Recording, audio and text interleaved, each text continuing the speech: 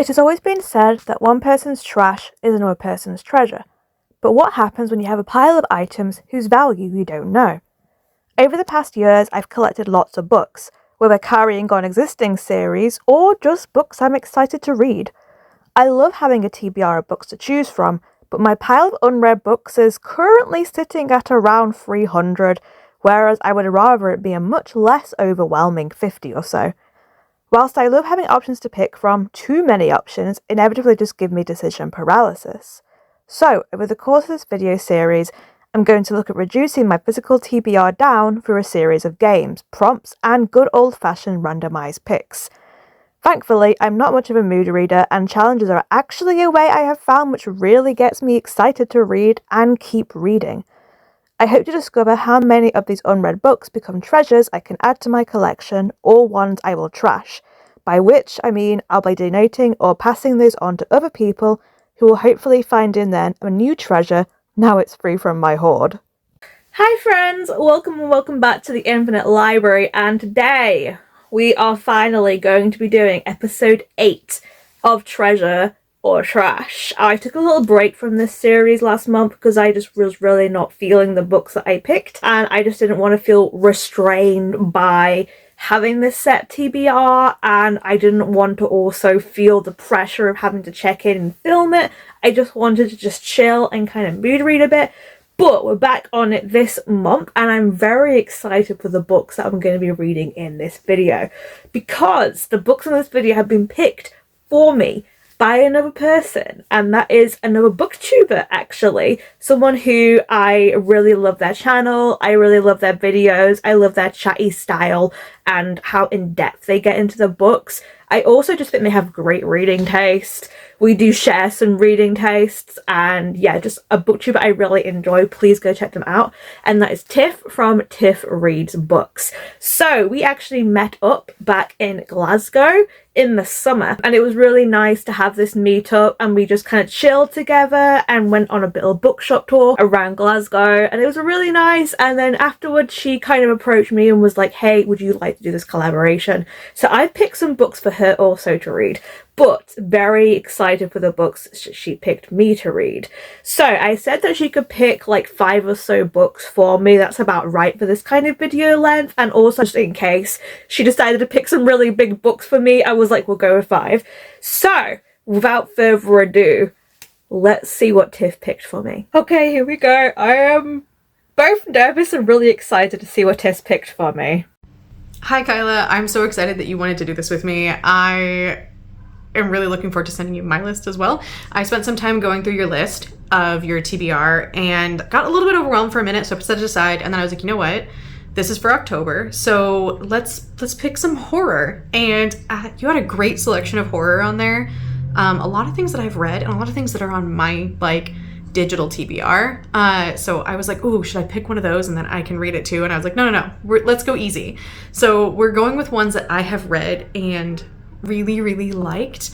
So these are some of my like favorite suggestions. Ooh, I was hoping with some favorites. And I picked them kind of in order of like how excited I am for you to read them. So we're gonna go through it in that order rather than like alphabetically. Starting with My Heart is a Chainsaw by Stephen Graham Jones. Yes, I had a suspicion. There was like 2 books, possibly 3 books actually, that I thought Tiff was gonna for me. You can see one in the background, by the way, of one of the others. But we were actually talking about Stephen Graham Jones when we met up in Glasgow back in August, I think it was. And she was saying how good the first book is, and I do have it. So I had a feeling this was going to be on my list, and I'm really excited because I really want to read this book. Okay, let's go back to Tiff. I love Stephen Graham Jones. He took me a minute to get into, and I will say, if you've read other stuff by him but have not read these, obviously you haven't read these, but if you've read other stuff by him, this is a different, easier pace to settle into. It feels more like pop culture-y, I guess, where I think The Only Good Indians has a very specific tone and style and like rhythm to the voice of it, where this has a much more easy to sink into voice. Yes, I've heard this is like the one that's based around like serial killer slasher movies or something, which I really like.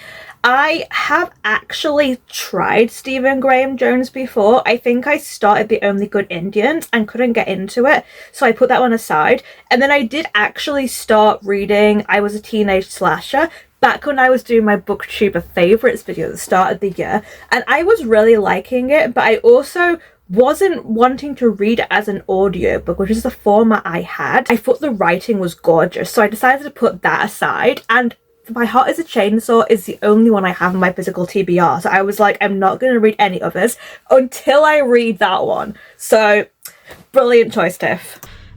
Jade, the main character that we're following, is fantastic. She grows so much throughout the story.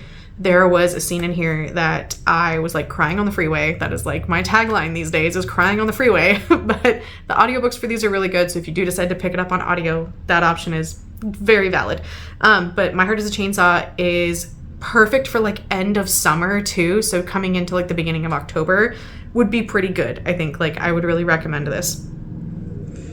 The next one is Mexican Gothic. I read this like 2 Novembers ago, and the vibes are immaculate. I think I have read 1 or 2 other Silvia Moreno-Garcias, and this one's my favorite as far as the plot goes.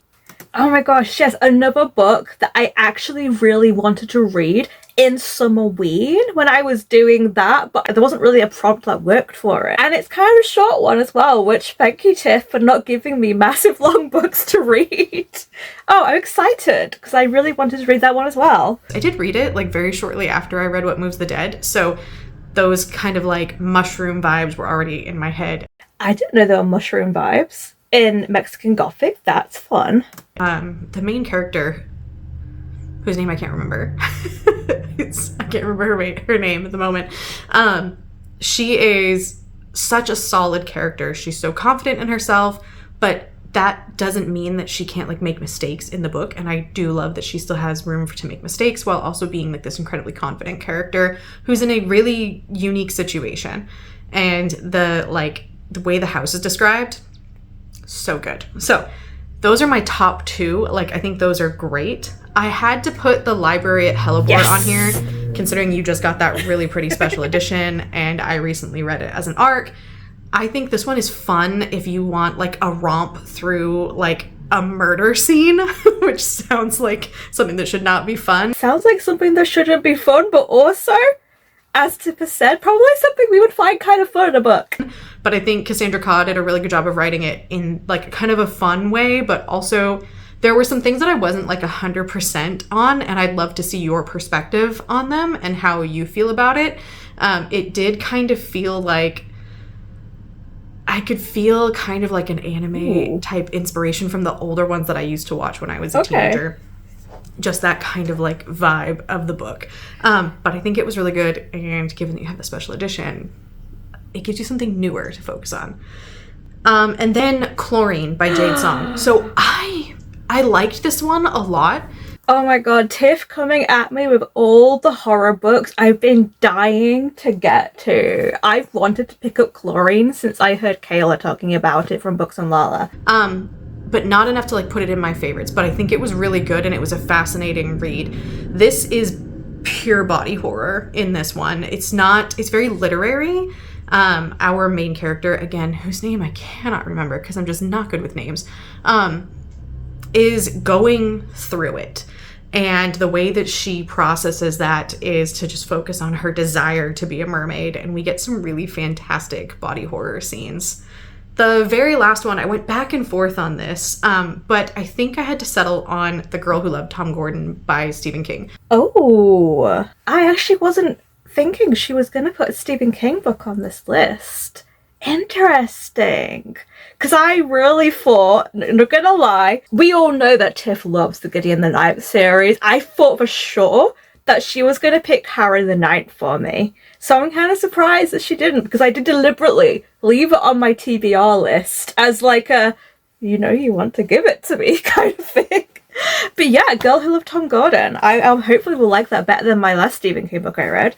This is one of my favorite Stephen King books. It's unsettling in a very different way. And my flatmate has actually read this one as well recently, and I think really liked it. Because you are following a child who is lost in these massive forest that are where I believe it's the part of the Appalachian range that goes up into Maine, and then like she eventually ends up like potentially in Canada. Like we're like that high up, right? The forest is intense in this area, and that makes it like this kind of primal fear, but at the same time, nothing super terrible happens given the things that could happen to a young girl alone in the woods.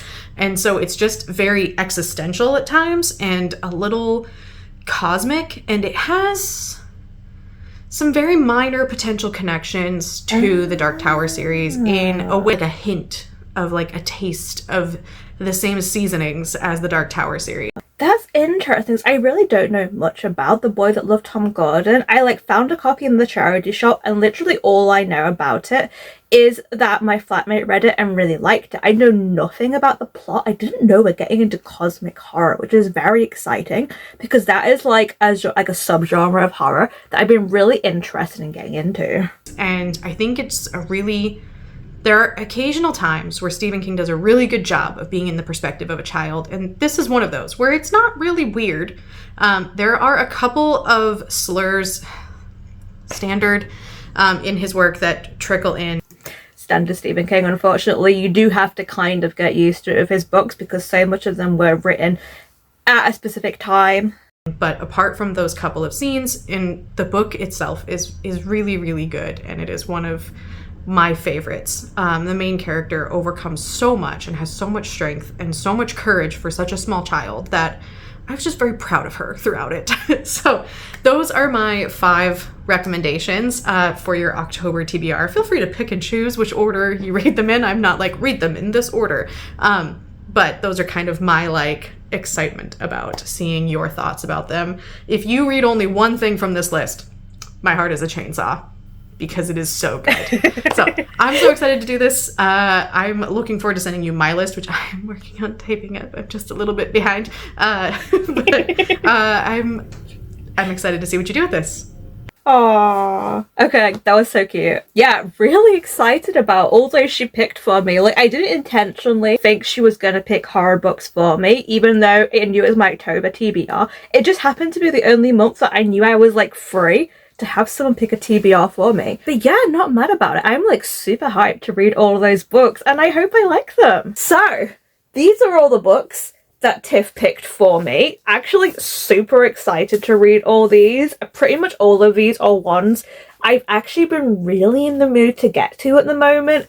And also, she picked such short books for me. The only long book here is My Heart is a Chainsaw, and the rest are all really short, so I think this is going to be a really fun, breezy video for me. And it's October, it's Halloween month, so it's the perfect time to get to these. Such a good variation of stuff too. I'm like super impressed by the picks, and I really like all of these are books that I'm really hoping to adore, and I hope that's the case. So I'm actually going to go in reverse order of what she picked. So I'm actually going to start, you can see I've already started it actually, but I'm going to start with the Stephen King one, The Girl Who Loved Tom Gordon. I remember like a chapter in, I just like started it last night before bed because I was in the mood for it. And I'm just generally really in the mood for a Stephen King at the moment. I recently went to go see The Long Walk at the cinema. Really enjoyed it. Really great movie. I highly recommend. Although also please go in like bearing in mind it's a very dark movie in terms of its tone and themes. But I thought it was brilliant. The performances were so good. I now have the book for it as well that I'm going to get to at some point, but like not anytime soon. It's just one I want to pick up eventually, but because it's so heavy, like not right now. But I'm very in the mood to read another Stephen King. And 2 of my friends have read this one and really liked it, and it's not super long.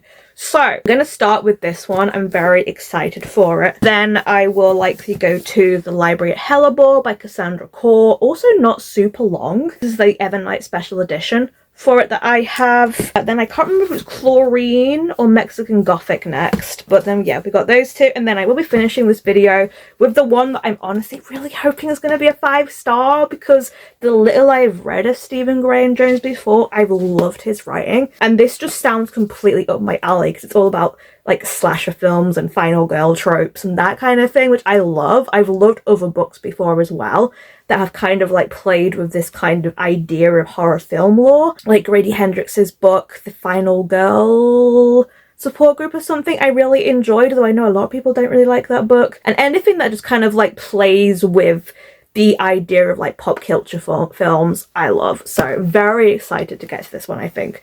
Also, very conveniently, Illumicrate have just like announced this like these special editions of the 3 books in this series, and I've been looking at them and I'm like, if I read this, I might treat myself to that. We'll see. I'm also going to be reading another Stephen Graham Jones book later in the month because I'm trying to read stuff for the Horror Goodreads Choice Awards for this year, and I didn't really want to read another book of his until I got to this. So good pick there, Tiff. Something that I didn't actually mention at the start of this video is what my current TBR is sitting at. I have picked up a couple of books for like projects and of course my book subscription boxes, although I only really subscribe to Illumicrate and Evernight at the moment. So I picked up a couple but not a whole lot. And like outside of me filming Treasure or Trash, I am still reading stuff on my physical TBR. So I can say at the moment my current physical TBR is sitting at 278, which I can't remember how much of a decrease, if it is a decrease, that is from the last video. I think it is a decrease. So we're getting there. We've still got a lot to read, but we're getting there. So I guess I better go and start reading my spooky books for the month.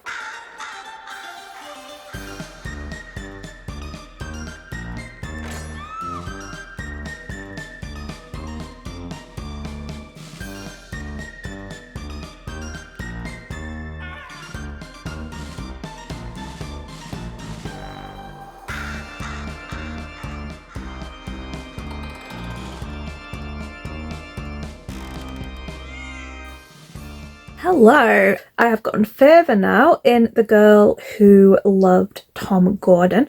I am like about 60 pages or something in at the moment, and I'm really liking this so far. It is very much all just kind of introspective in the mind of this 9-year-old girl as she's gotten lost in the woods, and things just keep getting worse and worse, and she is just not equipped to deal with the woods. Like, her mother has taught her some things, and she's trying to remember that and trying to survive as best as she can, but she's like panicking as well, bless her, and she's getting really bothered by like the mosquitoes and stuff, and it's like everything is out to get her, is kind of how it's feeling like. She does, however, have a Walkman which she can tune to the local radio, and that is where I know this is going to go more into, I assume, her clinging on to this radio program that's going to be having her favourite, I think it's the Boston Sox Players or something, which is what Tom Gordon is from, and that is her favourite player, and both her and her father. Basically, she's in this like really kind of awkward home situation at the moment, which is not fun for her, where her parents have split, and she has an older brother who very much is kind of blaming everything on the mother, and it's the mother that they're living with.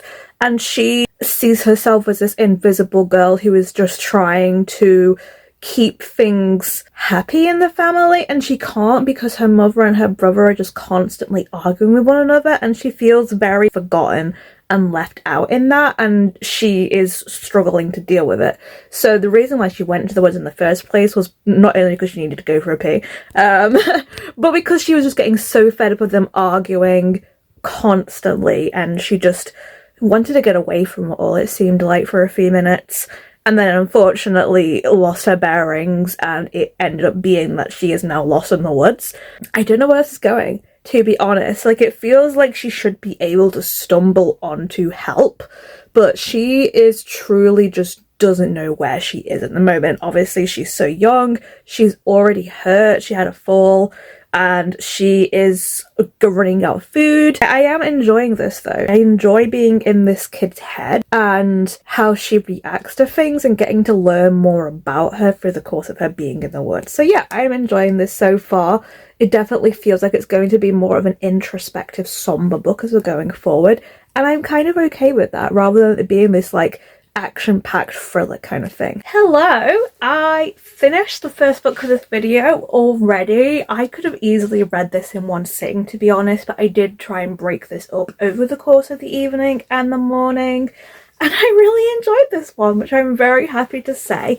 Thematically, this feels like a perfect follow-up to me having seen Long Walk as well. It's got some very similar kind of themes and stuff going on. This young girl, in this case, rather than a whole group of boys, like struggling against all the things that are going against them to keep going in the hope of making it to freedom, basically. I really had a good time with this one. I liked how it played so much with the, is it something real in the woods? Is it just something that her starving, dying brain and body is hallucinating to herself? And I loved the quiet moments that we got as well throughout the book, where she was able to just appreciate some of the things that she was seeing out there in nature, that even though she was going through a horrible time and could have died, she was still able to appreciate some of the things that she never would have seen, like a meteor shower, like stumbling upon a deer and two fawns. Little beautiful things like that were just kind of scattered throughout and just gave you those little hints of peace around the really like horrible, gnarly situation that she was going through. Yeah, I totally agree with what Tiff said about how Trisha, our main girl, is so strong to have managed to get through this far. She was out there for so much longer than I thought she was going to be. Literally at this point I was like, is she never gonna get out? I'm obviously not gonna spoil what happens, but I was happy with the ending. And yeah, I think it's safe to say this one is going to be a treasure. I'm really glad I picked this one up first. I was obviously kind of in the mood for a Stephen King, and I generally like his writing, and this is one I had heard good things about. I think this was actually a really good one for me, particularly because I'm in a little bit of a reading slump right now, and this did not feel hard to read at all. And given I'm also kind of in like a bit of a low mood at the moment, this was kind of the right sort of story for me too, because yes, it is bleak, but there was still the hope running through it. And yeah, I just thought it was really well done, basically. This is going to be the first treasure of the video. I'm kind of hoping all of these are going to be treasures, not gonna lie. So I am going to be moving on to Chlorine next, I think, and very excited for that one as well. Another short read, so I don't anticipate it being something that is going to take me too long to get to. I actually have to go out today to go pick up a whole bunch of library holds, which is for a whole bunch of horror books, funnily enough. So I think I might actually just take the afternoon to just chill in the library, and I may start Chlorine there, or I may pick up one of the horror books I'm picking up there, but I'm just going to spend a bit of time in a library, in a change of scenery. I think it's a nice day out as well, so it's a good day to go out, and yeah, a good start to this video, I think.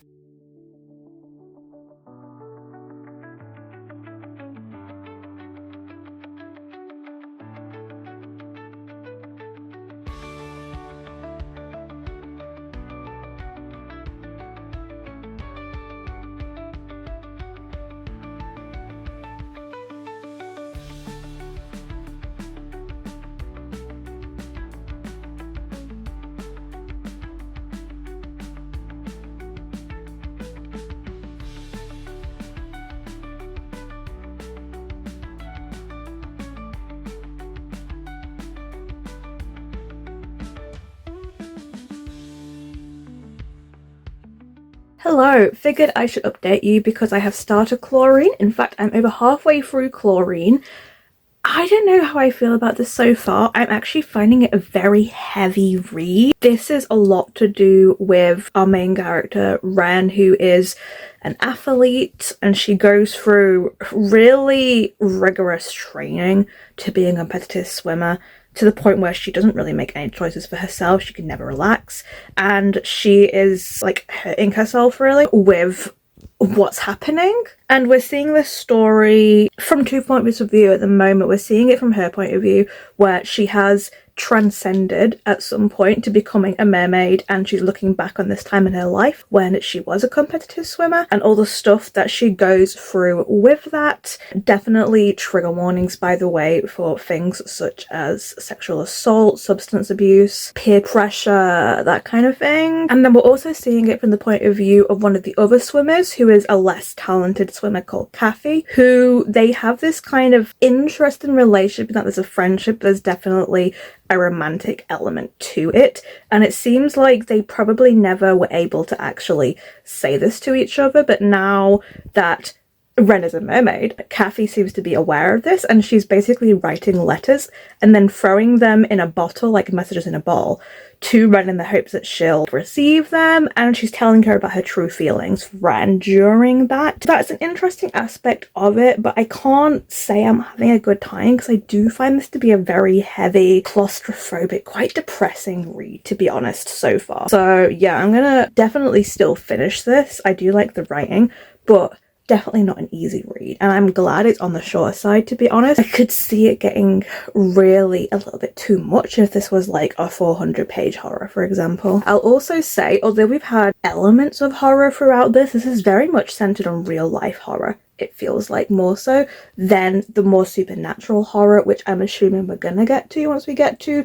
the mermaid element. So I finished this book yesterday, and unfortunately I don't think this one was for me. I found it to be a very heavy read, and I never really warmed up to the characters, to be honest. I appreciated how they were written, and I did think they were interesting. Like, I was interested the whole time, thankfully, from this, but I just didn't really enjoy it that much tonally. I didn't really like her protagonist that much, unfortunately, or any of the characters really.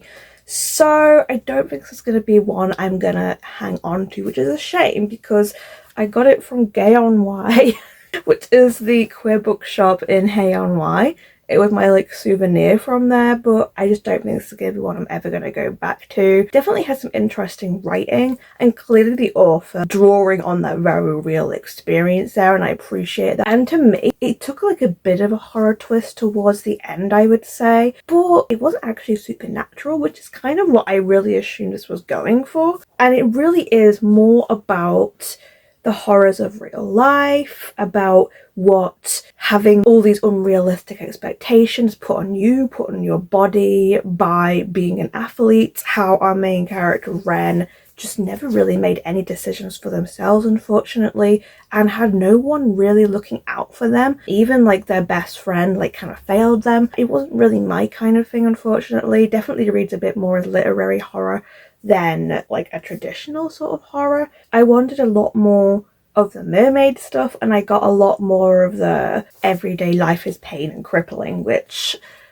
is not really my kind of thing, unfortunately, when it comes to horror. So yeah, a miss for me. I think I'm still giving it like a high 3. I do think the writing was very good. I was interested throughout, and there were some elements of it that I really enjoyed, like the descriptions of a period in this book I thought was so well done and totally relatable for someone that used to suffer with really horrific periods. But yeah, unfortunately not for me. I think this is going to be a trash. I don't think I'm going to keep on to this one. So on to the next book, which is the Cassandra Core one, and I'm feeling pretty excited about this one. I'm really hoping this works for me and that this isn't unfortunately a miss by Cassandra Core. I've read 3 of her books now. Obviously didn't like the first book. Really enjoyed Nothing But Black and Teeth. That was a 5-star for me. And I don't know if I really count the Critical Role Laudner book from her, because I had no issue with the writing. I thought the writing was gorgeous, but I knew where the story was going, and unfortunately I felt like she was forced to go on these like story beats that they wanted her to tell, and it just wasn't particularly interesting, unfortunately. So gorgeous writing, but the plot was kind of in that book, and I don't think that was her fault. So I'm hoping Library at Hellebore is a win for me.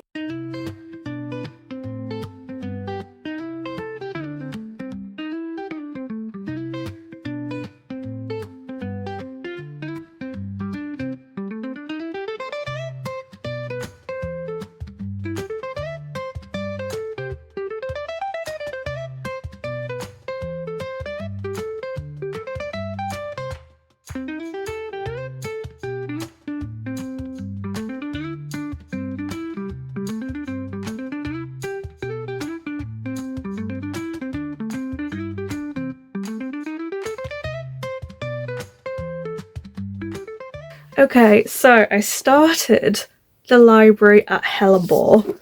I still love the back page of this so much, of this special edition. What is going on so far? This is like an absolute clusterfuck of things happening right now. The setting is very interesting. We're just getting a whole barrage of character names and people thrown at us at the moment. Our main character, Alessa, very Silent Hill of you there. Cassandra Core is interesting as a character. I can't work out if this is supposed to be her at the back or not. I'm getting to grips with it, but it's very all over the place at the moment, I would say. We literally start, so not exactly a spoiler, I suppose, but this scene here is literally the very first scene of the book, with our main character waking up to find her roommate has been horrendously killed in front of her. She seems to know how it was done, but perhaps didn't do herself. It's not really been figured out yet. And then we sped back to her in her first day, having been basically kidnapped to the University of Hellebore, which is a place for basically people who are really dangerous. It sounds like a potential antichrist, that kind of thing, of which she is. She is a girl who has power and is able to use it. Essentially, magic disappeared and then it came back with a vengeance, and the world kind of went to hell for a bit, and now anybody who has some form of magic gets sent to these weird schools. And the school itself is very unsettling. It has like the paintings and stuff are really creepy looking and full of iconography of wasps and deer, and the staff are really weird as well. Like, they do not seem human. They all seem like monsters of these weird meat guys that are basically forcing the students to like go to assembly and stuff. And then we sped forward to them being trapped in the library after the staff have gone and slaughtered a whole bunch of people, and a piece of paper has been put under the door to say, one of you will survive this, essentially, and they have to decide who that's going to be. So yeah, that's where we're at. I think it will come together, but at the moment it's just an awful lot happening at once. But I do enjoy the atmosphere of this, and I think the setting is really cool, so we'll just see where it goes, I suppose. So I have read some more of The Library at Hellebore. I am about halfway, just under halfway through, I think, at the moment, like on page 116 or so. I feel so mixed about this book. I really don't know what to think about it.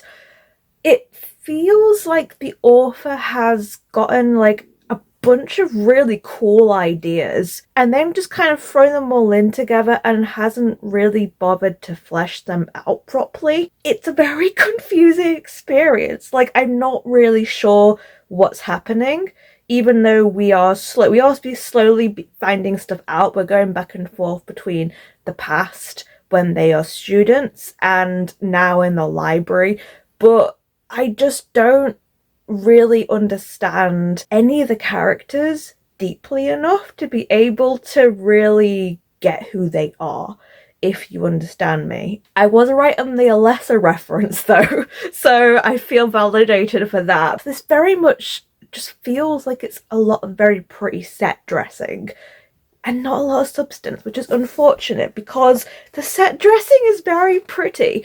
There are some really cool ideas here for what the characters are, for what they can do, and I want to know more about them.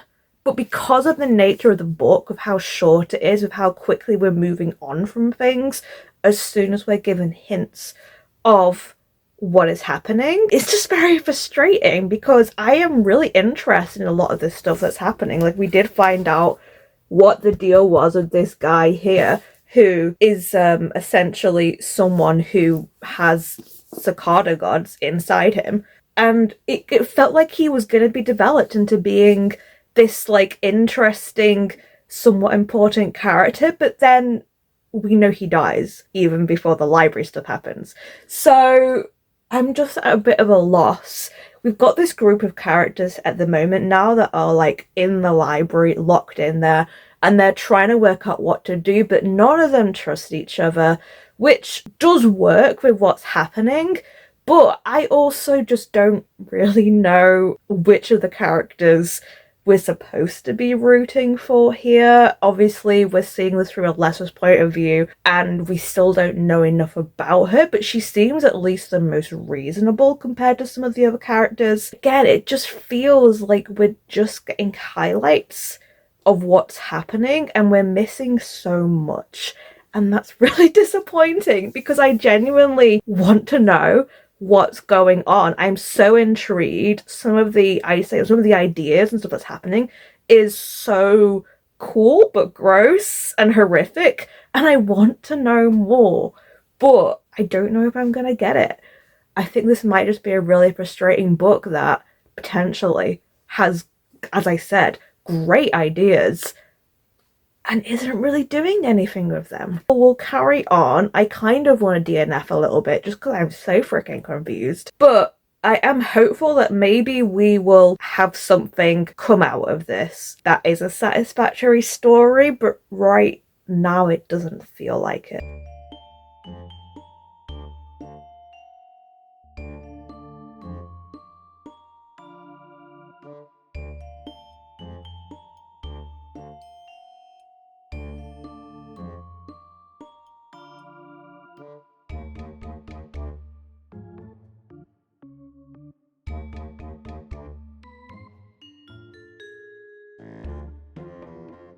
So the top of my tripod decided to die, which is frankly very rude of it. So I've had to bring out my big old tripod. So I'm in a slightly different position here. But I figured I should update you. I actually have a couple of updates to give you. I have read 2 of the books now, and I'm currently on the last book. I just have not had the time or the energy, to be honest, to get on and update you about my thoughts on them. You obviously did see some of my thoughts, however, for the first book, which is The Library at Hellebore by Cassandra Core, and this is such a weird case for me because this is definitely a 3-star book. I think in the end I've given it a 3.5, but I'm keeping it because I am honestly so intrigued by the stuff going on here that I know I want to come back to this book and reread parts of it. Also, some of the language is absolutely gorgeous, and I am not an annotator person, but I kind of want to go through and pull out some of these quotes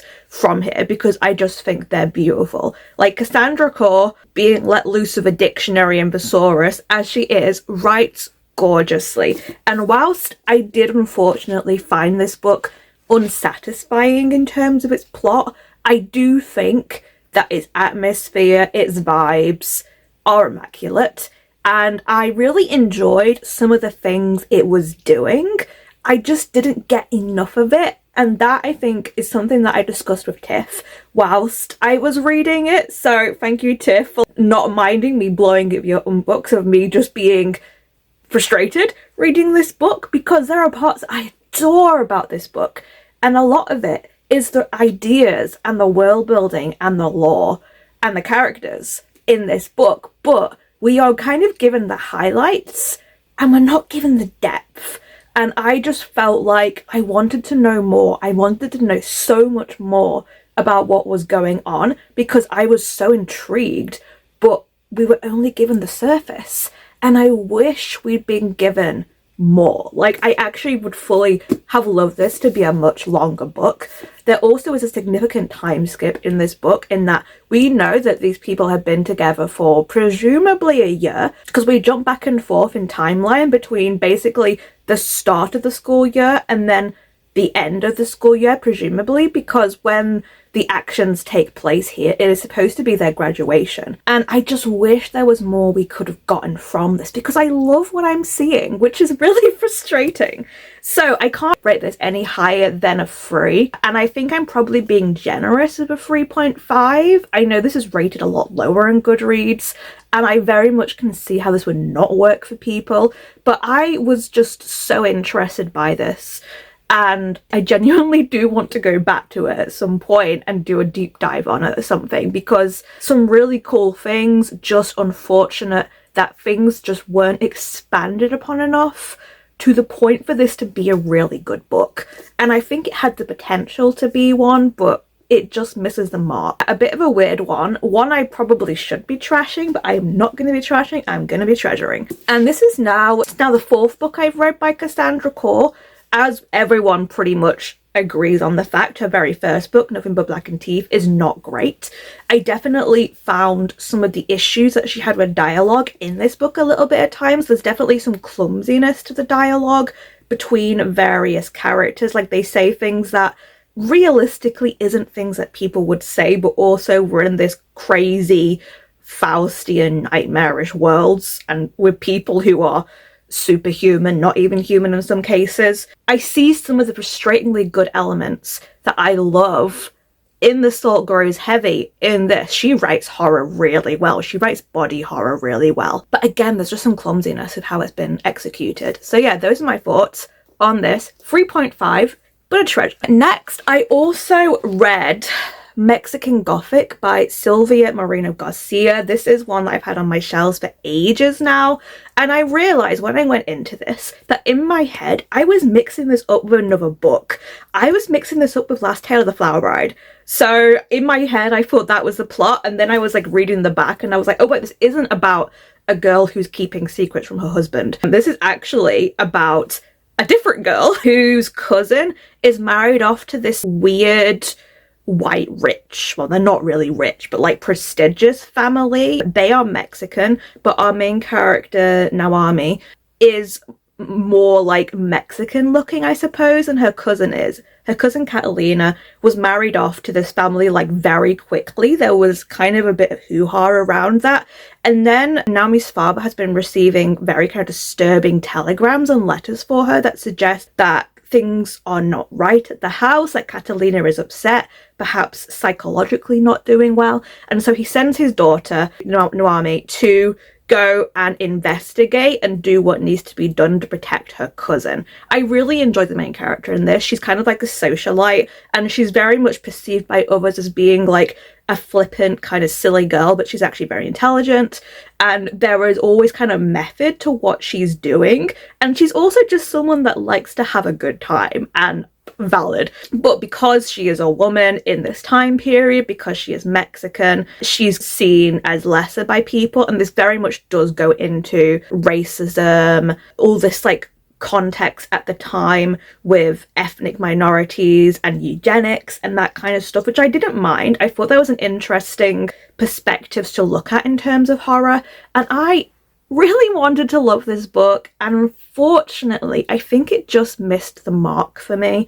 I love some of the elements of this book. This goes very heavy into fungal horror, which if you know me, I really like botanical horror, so I love what this was doing. It does a really cool thing where the house is seemingly alive and like secrets and stuff are being transmitted to people in the house and affecting them. Our main character repeatedly has very creepy dreams related to peoples from the house, but I didn't enjoy when the plotline decided to take more of a turn towards sexual assault and incest. That is not something I really like in any book, to be honest, especially not in horror. It's not my type of horror. And whilst I don't really have any issues with the plot in itself, it's just not my type of horror.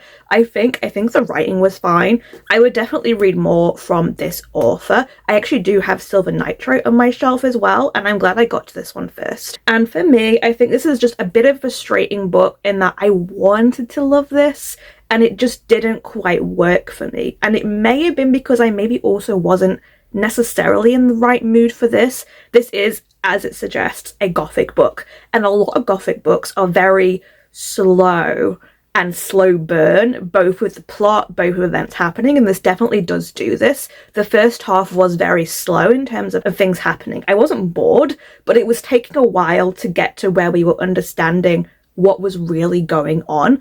And whilst I was enjoying what we were still having in the meantime, I don't know if I was necessarily in the mood for that kind of slow pace before we did get the payoff. And I did think some of the supernatural stuff was really fun in this and well done, but a lot of like issues around sexual assaults, lacking of agency kind of really bothers me, and that was something that is very much a thing in this. It's very much a theme in this.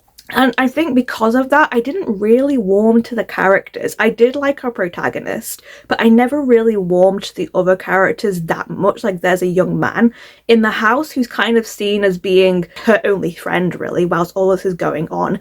But I never really got much of a sense of him, to be honest. Like, we were only seeing him through Naomi's eyes, and I didn't really get why she ends up having this affection for him that she does, other than out of pity. And I kind of also wanted more from her cousin Catalina as well. Like, I know there was stuff happening which meant that she wasn't really able to do things and was as pivotal in the plot, but I just wanted a bit more from her and to truly empathize with the characters in this. Like, it does horrible characters very well, I will say, but also I was just like, girl, what are you doing here? Just get the hell out. To a point where it's difficult for her to get out. But yeah, very much kind of a case, I think, of when you're watching a horror movie and the family moves into the haunted house and then you're just like, just leave. Just go. This place is not right. You know it's not right. Just get the hell out.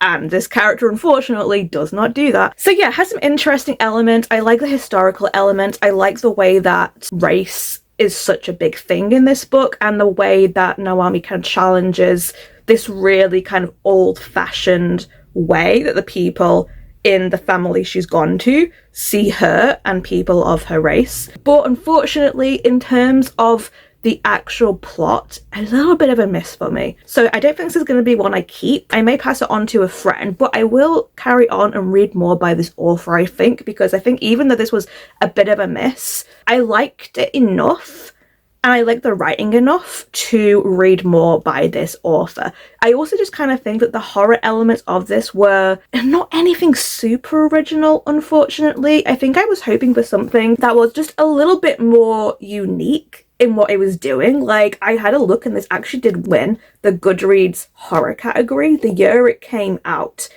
And I can kind of see why, but for me, I don't think the horror plotline we have in this is super unique. I've definitely seen this done before, and when it was revealed, I was like, oh, okay, it's this. And I wish there had been a little bit more of a surprise with it, I suppose. So yeah, that's my thought on this book. I'm very mixed. Definitely not a bad book. I think I gave this a 3.75, so around the same rating as Chlorine. And I definitely didn't have a bad time with this. And it is quite a quick read. I read it in a couple of days, I think. This very much does rely more on the gothicness and the horror, I think. And whilst it does get more horror as it goes on, I just don't think it did enough at the beginning to really invest me, unfortunately. So yeah, I think this is gonna be a trash, but not for this author. Will read more by her. So that does mean I'm now on the last book of the video. I purposely did keep this one till last. I was actually almost going to read this after I read the Cassandra Core book. I read the prologue and was going to carry on, and then I was sort of not in the mood for it, so I ended up picking up Mexican Gothic and reading that one instead. But I have started it. I'm not massively far in. I've read the first chapter so far, so we're about 40 pages in, and it's interesting so far. I'm enjoying all of the horror movie lore and that kind of thing. I like our main character Jade, but I'm not really sure where it's going at the moment. I think it's a little bit confusing in terms of how it's written, but not in a way that is putting me off. I just need to make sure I'm paying attention, I think, reading this one. There's definitely a physical read, which I've tried Stephen Graham Jones before. I actually started to read I Was a Teenage Slasher by him through audiobook, and I realised that audiobook was not the way for me to go with this author. I need to read this book physically, and I need to fully immerse myself in it. But I am liking it so far. Not a lot else to say about it. I like that we're sort of getting snippets of this essay that she is writing as an assignment at her school. I will update you once I'm a little bit further in and have a better idea of where this is going, but at the moment we've had a very good complex character study of our main character Jade and her troubled home life, and how, for her at least, the slasher movie lore is something that kind of keeps her going, and she finds a lot of solace and philosophy in it, and it's very much clear that no one else kind of understands that about her. She's trying to reach out to random people and no one really gets her. So that is where we're at the moment. And yeah, I will carry on and I'll let you know how it goes, but I'm hopeful this will be a winner.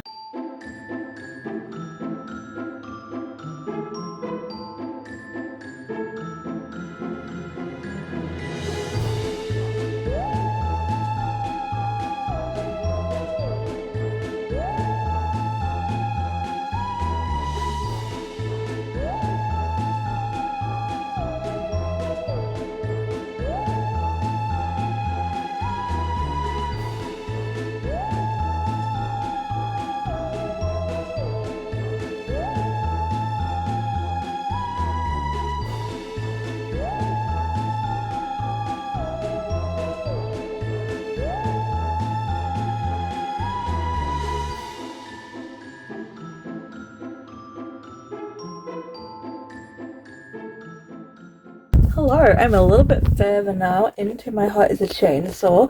I love how many horror movies are getting referenced in this book. It's so fun. Some of them I have seen before, but there's a bunch I haven't seen before as well. And I kind of want to go and watch all the films referenced in this book so far. I think it'd be really fun. I even found on Letterboxd a list that someone's made where they have made a list of all movies in it, pretty much. Oh, look, it even says how many I've seen. I've watched 12%. So 22 of the 177 movies that are referenced in book one of this trilogy alone. So that's pretty damn fun. Yeah, maybe something I might do one day. So I have finished the final book for this video. My Heart is a Chainsaw. And we did save the best till last. I really loved this book. I'm struggling whether I think this is actually a 5-star, because I feel like it kind of could be, or if it's just a high 4, because I really enjoyed my time with this. I took a quite slowly reading, which I think I needed to. I feel like I need to do that with Stephen Graham Jones' writing to appreciate it. But there were definitely parts of this where I was just kind of confused what was going on, and I do think it came together at the end. But I think there's still some parts of it that are a little bit confused in my head, and I feel like perhaps on a reread where I know the overall story arc and much more about Jade as a character and how she thinks, that it could be a 5-star. I think for now though, I'm gonna sit the high 4, and I'm definitely going to be carrying on this series. This is a complete trilogy now with the Indian Lake trilogy, and yeah, I really enjoyed this. Like, as a big horror fan, I haven't seen every single horror movie that's mentioned in this book, but I think looking back at that letterbox list, I've seen maybe 15 of them, and certain ones get talked about quite a lot. We do hear an awful lot about the really popular ones: Scream, Halloween, Nightmare on Elm Street, Friday the 13th, particularly because part of this is set at a lake and there's a camp. So Friday the 13th is very much like an inspiration for this. The ending kind of caught me off guard. I think I liked what it did, but I think I still have some questions, mostly related to one of the characters' fathers, not Jade's father, but another character's father who was involved, shall we say. I don't want to spoil anything. I was definitely interested in where it took, but that very final bit at the end, I think lost me a little bit, and I don't think I quite got the oomph factor from the conclusion that I was kind of expecting to get. And again, I think that's why it's not quite a 5-star for me. But overall, I did really enjoy this. I really liked the characters in this, which was kind of a surprise. As you've heard me say before, part of the reason why certain horrors don't work for me is that I don't get invested. And I would say I definitely got invested in this, not just with our main character Jade, but with the other people that are in this town, characters that she cares about, characters that are just in it a lot. There's the sheriff, there is this history teacher who means a lot to Jade, and so much of this book is her essentially writing her history horror thesis to him and talking to him throughout this. I know the second book time skips, and I'm very intrigued about where it's gonna go. But yeah, I did really enjoy this. I loved all the horror movie mythos. I loved the final girl mythos that was in this. And I did think Jade was a really interesting character. There was somebody who also dyes their hair. My gosh, I felt so bad for their hair follicles in this book. The amount of trash she dyes her hair with. I was just like, girl, please use proper dye. I think she used like boot polish at some point, and I was like, no, girl, please. Overall, really enjoyed this. Thank you, Tiff, for finally getting me to read this. You were right. If I had to read only one book in this video, this was the best one. But just to conclude, these are all the books I read in this video, and I think I had like a pretty decent time with all of these. Just let's kind of rank them in terms of my rating. And honestly, yeah, I would definitely read from all of these authors again. Obviously Cassandra Clare, Stephen King are authors I have read from before, but the other three are authors I've never tried before, and I would definitely read more from them. even if this specific book didn't really work for me. But honestly, like, especially compared to some of the other treasures I've had, there's been no DNFs. I didn't want to DNF any of these books. And they were all pretty successful, even if they're ones that I may not hang on to. So, at the very bottom of the rating list is The Library at Hellebore by Cassandra Core. 3.5, I think I'm sticking with this one, but I'm still gonna keep it, even though it's not really, like, the rating is one that maybe I should trash, but I'm honestly just still super intrigued about this book and want to go back to it, and the writing is gorgeous. So because of that, I am going to be keeping Library at Hellebore. Both of these books I kind of rated the same, to be honest. I gave both of these high 3s, and I think both have elements in them that I really enjoy in terms of the horror. But both of them had the same issue in that I didn't necessarily get super invested into the characters, unfortunately. The body horror in Chlorine is really good, and The Descent into Madness I enjoyed, but it was also a very depressing tale that did play into some trigger factors. Also the same trigger factors in this book, unfortunately. Interesting how both of these books have elements of SA in them, which is unfortunate. I really love the botanical fungal horror that we have in this. The world building is really cool, and I did really like our main character in this, which I couldn't say for Chlorine. So maybe I rate Mexican Gothic slightly higher, but the body horror at the end of this one is really good. But yeah, I'm rating both of these high 3s, I think. I think these may be ones I end up passing on, though. I don't think they're going to be ones I keep in my library. I can't see me going back to them, unfortunately. Like, if I was going to go back to one of these, it would probably be Mexican Gothic, because I feel like it had a much more developed story compared to Chlorine, which by its nature is very all over the place, and that kind of is how it's supposed to be. That's not a discredit to the book itself, but because of that, and because it's so emotionally taxing of a read, I don't see me going back to Chlorine. So I would maybe keep Mexican Gothic. I'm still a little unsure, but regardless, I'll definitely be reading more Silver moreno-garcia, and I'll probably pick up more books by Jade Song as well, because even though that one I found was a bit much for me, I am intrigued by what else they've done. So the two books, however, that were the biggest successes of this video, we did have The Girl Who Loved Tom Gordon by Stephen King. Really enjoyed this one. Really, really glad that this gave me a chance to pick this one up. I feel like it's one that I would probably have just kept forgetting to go to in favour of other more well-known ones. But I really enjoyed this one and found this one like a very inspiring book, despite how dark and traumatic it can be. And like, all of these books were dark and traumatic, but I feel like I came out of this one feeling the most satisfied in terms of the character arc and in terms of the conclusion. So yeah, I'm giving this one a 4.5, I think. And then the final book, which is a high 4 to 5, this one I think tripped a little bit in terms of my understanding of it at times, and the conclusion, unfortunately, I think just didn't quite work for me. Overall, really, really loved this one. Definitely will be carrying this on. I can finally read more Stephen Graham Jones now, because I didn't want to read any more books by him until I'd read this book. And you may be able to spot from my trolley over there that I do in fact have the Buffalo Hunter, which I'm also reading this month for Goodreads, because it's likely going to be in the Goodreads horror, so I'm glad I was able to read this before delving into that one. And yeah, I guess that is it really for this episode, Treasure or Trash. I think it was a pretty successful video. Nothing I really hated, just a solid group of horror books. So yeah, go check out Tiff's channel if you're interested in not only just horror, but Tiff also reads a lot of fantasy as well. They're currently working their way through the Robin Hobb books and the Wayward Children series. The Wayward Children series is also a series I want to get to at some point in the future, but I was very happy to do this challenge.